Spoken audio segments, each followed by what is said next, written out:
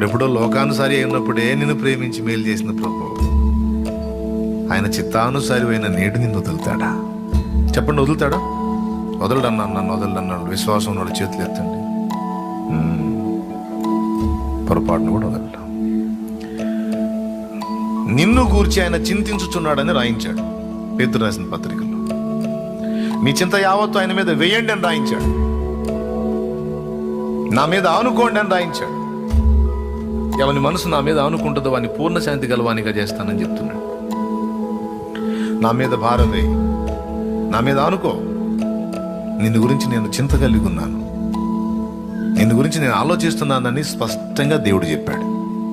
ఆయన మనకి సాతాను పెట్టే భ్రమకు భయపడవాకు, వాడు చూపించే ఇబ్బందికర పరిస్థితులకు కృంగిపోవాకు. దేవుడు నీ పక్షాన ఉన్నాడు. హల్లెలూయా.